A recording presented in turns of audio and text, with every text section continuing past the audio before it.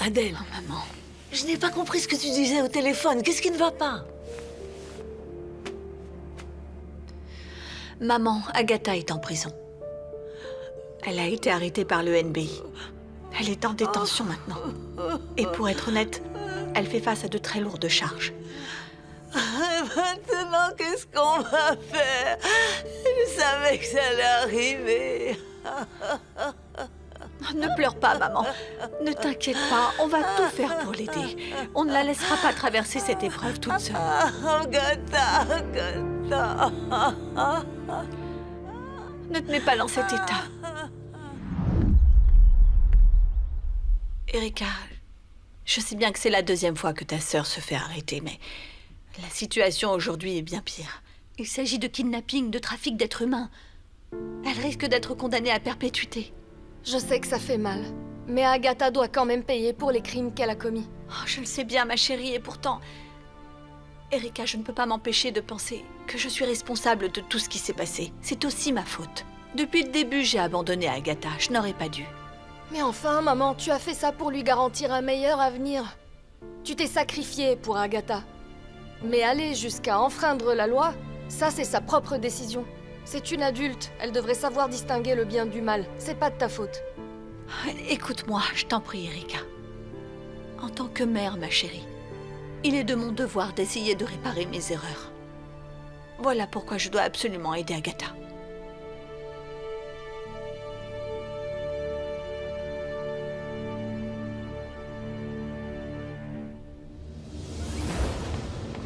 Rocco, on vient de me confirmer la nouvelle. Agatha et Rosemary ont bien été arrêtées hier soir. C'est un gros problème. Si la police interroge Agatha, elle va parler. Elle va indiquer aux flics où se trouve notre planque. Il faut faire évader Agatha de prison. Et comment? Elle est détenue par le NBI.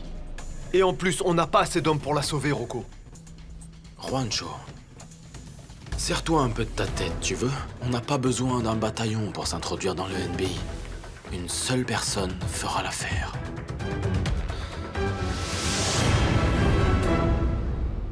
La nourriture est sans saveur. Tu t'attendais à quoi au juste? À un buffet? On est juste des détenus ici. Hein? Ne t'attends surtout pas à des traitements de faveur. Je ne m'attends pas à un traitement de faveur. J'essaie juste de dire que quiconque a préparé cette nourriture aurait pu au moins y apporter un peu de goût.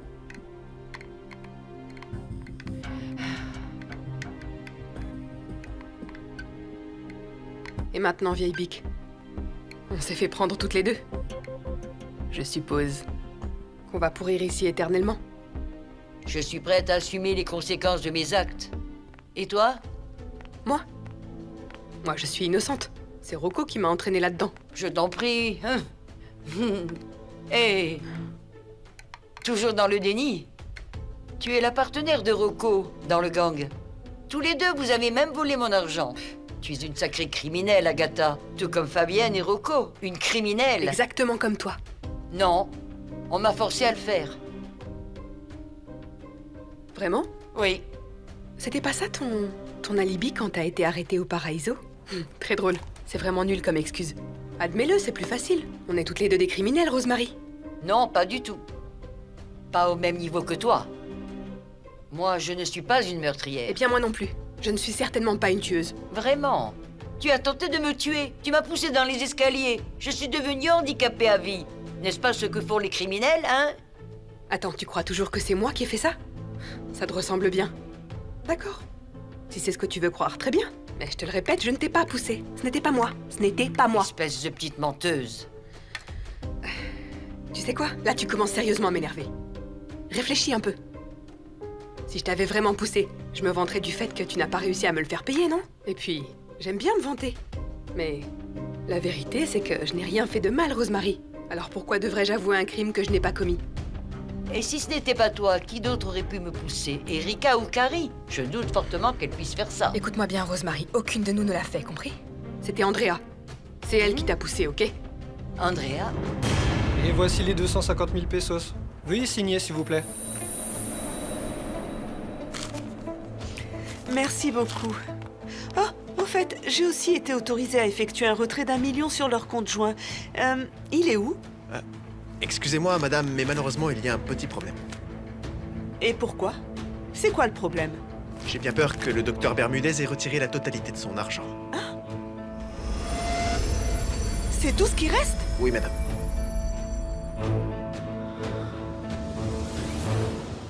Je suis sûre d'avoir vu une des triplées. Et ce n'était pas Andrea. Mais on s'en fiche. Peut-être que ta tête a heurté le sol si violemment que t'as cru que c'était l'une de nous. Écoute, t'étais déjà inconsciente quand je t'ai trouvée. À ce moment-là, j'ai aperçu quelqu'un courir vers la porte. Et selon Mimi, elle a vu Andrea dehors, dans le jardin, tu vois? Ça veut forcément dire que c'est elle qui l'a fait, non? Mais pourquoi Andrea?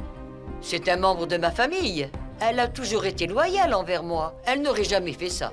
Impossible. Mais ressaisis-toi. Tu dis n'importe quoi, là. Tu sais quoi? Je me fiche complètement que tu me crois ou non. Tu veux savoir pourquoi? Parce que tu ne comptes pas pour moi. Même pas un tout petit peu.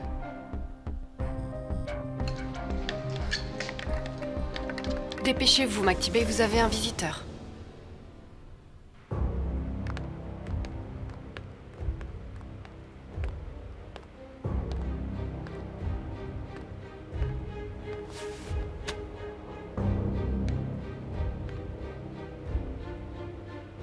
J'ai compris. T'es en colère alors? Alors t'es venue ici pour me gronder, pas vrai? Non, je ne suis pas venue pour ça. Agatha, regarde-moi droit dans les yeux et dis-moi pourquoi est-ce que tu as kidnappé ton propre neveu et permis à ces gens de mettre la vie de mon fils en danger.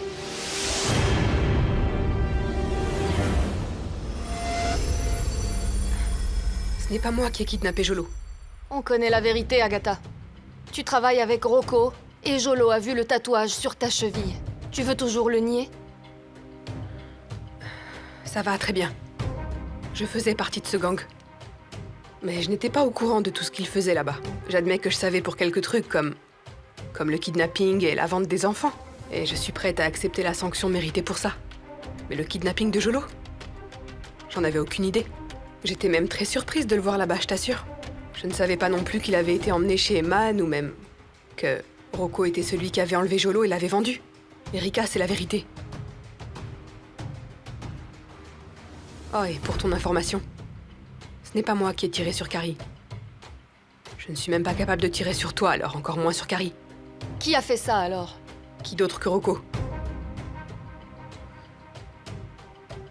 Erika, s'il y a une chose que j'ai faite de travers, que je regrette maintenant, c'est de n'avoir rien dit. Mais vous faire du mal et menacer vos vies, je n'aurais jamais fait ça. Mais tu as quand même indiqué à Rocco où maman et grand-mère habitent. Ne me dis pas que t'avais aucune idée de ce qu'il envisageait de faire. J'en savais rien. Et ce n'était pas moi. Rocco a pris mon téléphone et a envoyé le message par lui-même. Je n'ai rien pu faire, je t'assure. Tu nous as tellement menti au point de nous faire douter de ta sincérité. Comment tu veux qu'on te croie maintenant? Franchement, Erika, qu'est-ce que je vais gagner à te mentir maintenant? J'ai déjà avoué mes autres crimes. Quel est l'intérêt de nier le reste? Tu sais quoi? De toute façon, je ne t'oblige pas à me croire, tu sais. Mais je te dis la vérité. Je parie que t'es contente en ce moment. T'as gagné. Non. Non, Agatha. La question n'est pas de savoir qui gagne ou qui perd. Je veux seulement la justice pour mon fils et les autres gamins que ton gang a kidnappés. Tu sais quoi, Agatha? J'ai toujours su que Rocco et toi travailliez ensemble. Mais j'espérais que tu changerais d'avis et que tu couperais les ponts un jour. Maman priait pour ça aussi. Je l'ai déjà fait, Erika. Je suis restée loin de Rocco. Et vous l'avez tous compris. Donc me voici maintenant. Il ne me reste plus rien. Une perdante. Non, pas du tout. Tu n'es pas une perdante. Et c'est pas vrai. T'es pas toute seule non plus. On est toujours là pour toi. Agatha, on est ta famille et on te tournera jamais le dos.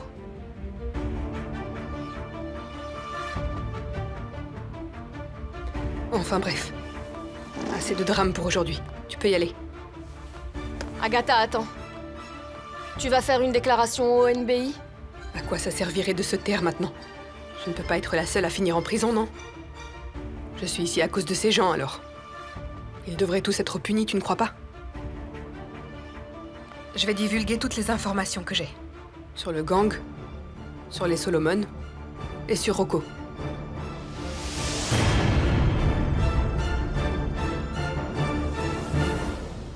On va faire d'autres tests à Carrie pour contrôler toutes ses activités cérébrales.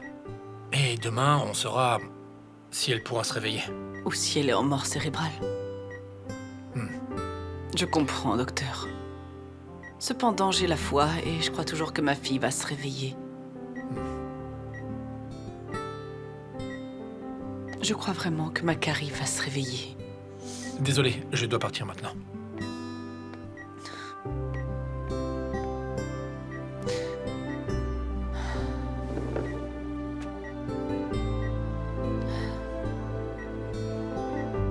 Carrie, il faut que tu te réveilles. J'ai besoin de toi. Surtout en ce moment, chérie. Tu sais, j'ai enfin découvert tout ce que maman trafiquait. Et c'est mauvais. Pire encore, elle ne veut même pas y mettre fin. Mamie nous a attiré beaucoup d'ennuis. Elle ne m'a pas laissé le choix, j'ai dû tout raconter aux autorités. Et maintenant, elle est en prison. C'est dur d'accepter que tout ça est arrivé à cause de moi. Mais je sais que j'ai agi comme il se doit. Carrie, s'il te plaît, réveille-toi. J'ai besoin de parler à quelqu'un.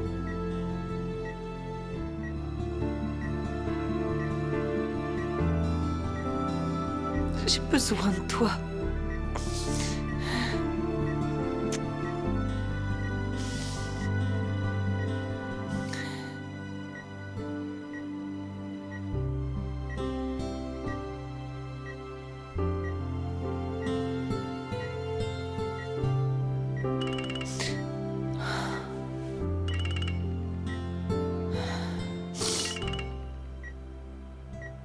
Allô? Docteur Almeida? C'est Mike Granada, le directeur de la Banque internationale des Philippines. Oui, pourquoi vous appelez? Vous avez autorisé quelqu'un à faire un retrait en votre nom, dites-moi. Ah oui, en effet, il s'agit de ma nièce Andrea. Oui, je l'ai autorisé à retirer de l'argent en mon nom.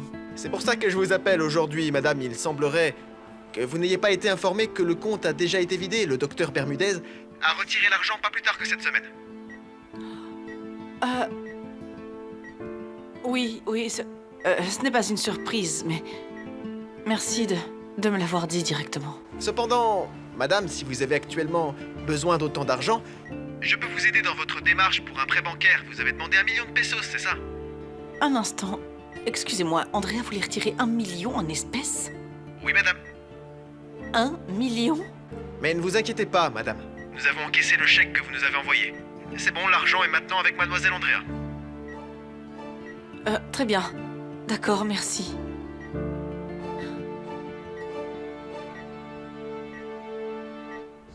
Merci beaucoup, madame. Merci d'être venu. Et merci infiniment d'avoir répondu à toutes nos questions sur le Paraíso. Nous vous en sommes très reconnaissants. Merci. Merci, madame. Merci, monsieur. Tu sais, on a parlé à beaucoup de gens qui travaillaient au Paraíso. Mais malheureusement pour nous, aucun d'entre eux ne peut nous fournir une réponse sur ce qui est vraiment arrivé à Manuel. Il nous reste encore quelques personnes à qui parler. Ne perds pas espoir, d'accord? Docteur Echanova? Dolores Castañeda. Oui, monsieur. Madame, voici ma grand-mère. Bonjour. Bonjour. Asseyez-vous, s'il vous plaît. Merci. Avant d'entamer la conversation, madame, je tiens à vous rassurer que nous ne sommes pas des agents de la police, ni des membres d'un organisme d'application de la loi. Nous sommes juste 2 citoyens qui cherchent à avoir des informations sur le Paraíso. Oui, je comprends ça. Cependant, je faisais partie de ces nombreuses infirmières engagées pour s'occuper des femmes enceintes à l'accouchement. Donc, je n'ai jamais pu parler en personne avec Fabienne Solomon. C'est compréhensible. Mais ce n'est pas à propos de Fabienne Solomon. C'est en fait à propos d'un certain médecin qui travaillait au Paraiso, le docteur Manuel Echanova. Le connaissez-vous? Oui, madame. Souvent, je l'aidais et l'assistais en salle d'accouchement autrefois. Ah, vraiment? C'était quoi son travail exactement? Autant que je sache, ce n'était qu'un médecin parmi tant d'autres au Paraiso. Était-il un associé ou un patron? Docteur Manuel? Mon Dieu, bien sûr que non. Et comment en êtes-vous sûr? Je me souviens très bien de cette fois. Je devais apporter une pile de dossiers au bureau. J'ai entendu 3 personnes se disputer à l'intérieur, le grand patron, le docteur Bermudez et votre père. Et quelle était la raison de la dispute? Pour moi, c'était une clinique privée pour les patientes ayant des difficultés à accoucher. Mais non, Manuel. ce n'est pas le cas. Manuel, du calme. Alors vous faites des bébés ici pour les donner à des couples étrangers. Vous avez payé ces femmes pour qu'elles tombent enceintes. Vous profitez de leur faiblesse. Oui, vous abusez de ces pauvres mères. Elles sont très bien payées, donc elles ne sont pas exploitées. Pourtant, vous profitez de leur situation pour leur imposer ça. Et vous dites que c'est pas de l'exploitation. Et le comble de ça, c'est que vous vendez les bébés. Jamais je vais accepter une telle chose. Manuel. Manuel, c'est comme ça qu'on fait tourner les affaires ici. Et ça ne changera jamais. Peut-être. En tout cas, je vais plus intervenir dans tout ça. Je vais retirer mon investissement. Non. Ce ne sera pas facile, docteur Echanova. Vous l'avez dit vous-même. Vous vouliez être un de nos associés. Vous ne pouvez pas faire marche arrière. Essayez donc de m'en empêcher pour voir. Manuel, attends, Manuel, reviens. Rosemary, le docteur Echanova en sait déjà trop à ce sujet. Il sait maintenant ce que nous faisons au Paraiso. Il va nous dénoncer. Non, il ne le fera pas. Laissez-moi juste lui parler. Je suis sûr qu'il m'écoutera, ne vous inquiétez pas. Je vais m'occuper de lui, d'accord? Non, je ne peux pas. Je vais m'occuper de lui, Rosemary. Le docteur Manuel n'est jamais revenu au Paraiso. Je ne l'ai plus jamais revu après ça. Et puis, 2 jours après, à ma grande surprise, j'ai appris qu'il s'était suicidé. Oui, suicidé. Est-ce que vous en avez parlé à la police? Non, je ne l'ai pas fait, madame. Comme il ne m'avait rien demandé au sujet du docteur Echanova, je croyais que je n'avais aucune raison de leur parler de cet incident. Était-il stable émotionnellement à cette époque? Il avait l'air déprimé? Il avait peur? Oh non, monsieur. Il avait l'air extrêmement furieux et déterminé à se battre. C'est pourquoi j'ai été très surprise d'apprendre qu'il s'était suicidé pour cause de dépression. La dernière fois que je l'ai vu, il était résolu à ne pas se laisser faire. On va interroger Agatha aujourd'hui. Si vous le permettez, je voudrais entendre le témoignage d'Agatha. Chef, mademoiselle McTibet est ici. Emmenez-la dans la salle d'interrogatoire, je l'interrogerai moi-même.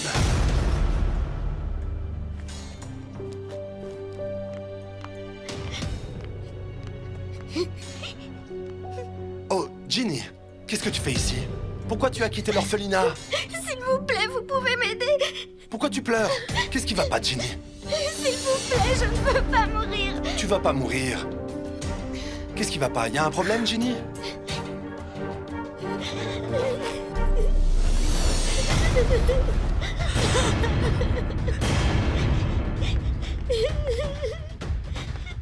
Les gars! Les démineurs, et vite! Bouge pas, Ginny. Calme-toi, hein? Alors, qui t'a fait ça?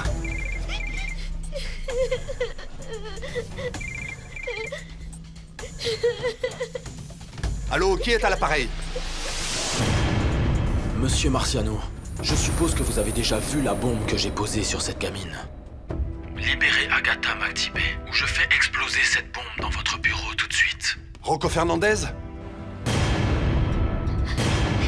Où il est? Non, il attend dehors. Je n'ai ni le temps ni la patience de discuter, alors libérez Agatha maintenant, ou bien je vais faire exploser cette bombe sur place. Je ne peux pas faire comme tu veux, Rocco. Tu dois me laisser un peu de temps. Faites exactement ce que je vous dis, et personne ne sera blessé. Je vous donne 30 secondes pour m'obéir et libérer Agatha. Si vous ne le faites pas, cette bombe explose.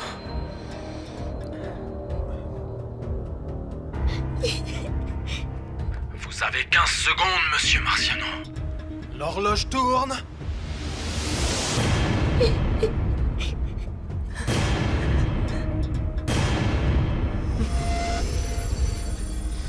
Le temps imparti est déjà écoulé. Alors, quelle est votre décision?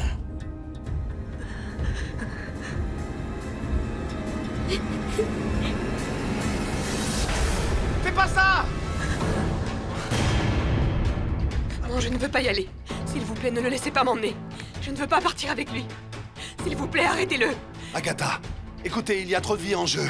Mais je vous promets de vous sauver. Je ne partirai pas avec lui. Agatha! Erika!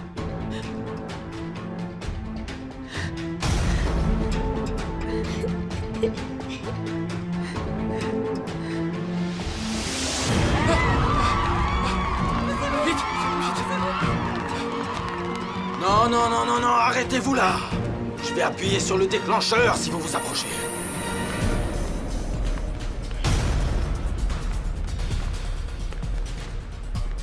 Tout le monde reste tranquille.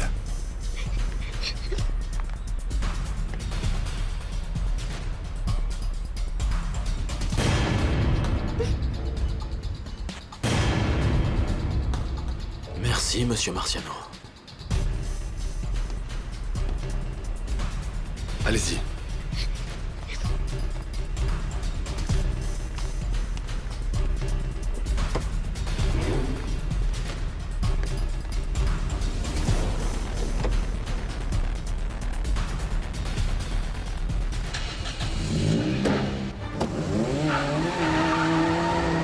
Attrapez-les! Allons-y!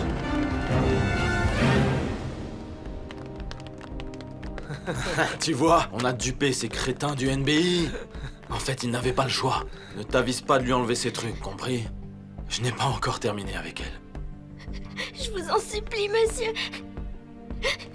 S'il vous plaît, ne me faites pas ça, s'il vous plaît. Si j'étais à ta place, fillette, je la mettrais en sourdine pour éviter de me faire exploser en morceaux. Emmenez-la. Pitié, je vous en prie, enlevez-moi cette chose, s'il vous plaît. Qu'elle se taise. Bon retour parmi nous. Espèce d'ordure. T'as introduit une bombe dans le NBI. T'as osé mettre ma vie en danger, Rocco. Et si t'avais tout foiré et que ce truc avait explosé, hein? Mais est-ce que ça a explosé? Hein? Est-ce que quelqu'un a été blessé? Personne, n'est-ce pas? Pourquoi tu m'as sorti de là? Et tu crois que je te laisserai me dénoncer au NBI? Je suppose qu'ils t'ont interrogé, pas vrai? Alors dis-moi, qu'est-ce que tu as raconté aux flics? T'en penses quoi? Chérie. Je t'interdis de m'appeler chérie. Je sais que tu ne t'es jamais soucié de moi. Tu t'es servi de moi pour ton petit jeu. Ta chérie, tu peux te la mettre où je pense. Tu ne peux pas m'en vouloir. Tu le voulais toi aussi, pas vrai? Espèce d'ordure. T'es complètement malade. Toi, j'en ai marre de jouer avec toi. Compris? Alors réponds à ma question immédiatement. Qu'est-ce que tu as raconté au NBI? Tu peux aller au diable, c'est clair? Très bien alors. Ne parle pas. Alors tu crois vraiment que tu peux te mesurer à moi? Réponds! Laisse tomber. De toute façon, elle ne nous sert plus à rien. Finissons-en avec elle. Tu as tout à fait raison. Et puisqu'elle ne veut pas nous Attends répondre, alors... T'as encore besoin de moi. Tu ne peux pas te permettre de me tuer tout de suite. Oh, je ne peux pas. Et pourquoi pas? Hein? Parce que si tu me tues, Rocco, tu peux définitivement dire adieu à ton fric. C'est compris? T'as bien entendu, chérie. C'est moi qui ai ton pognon.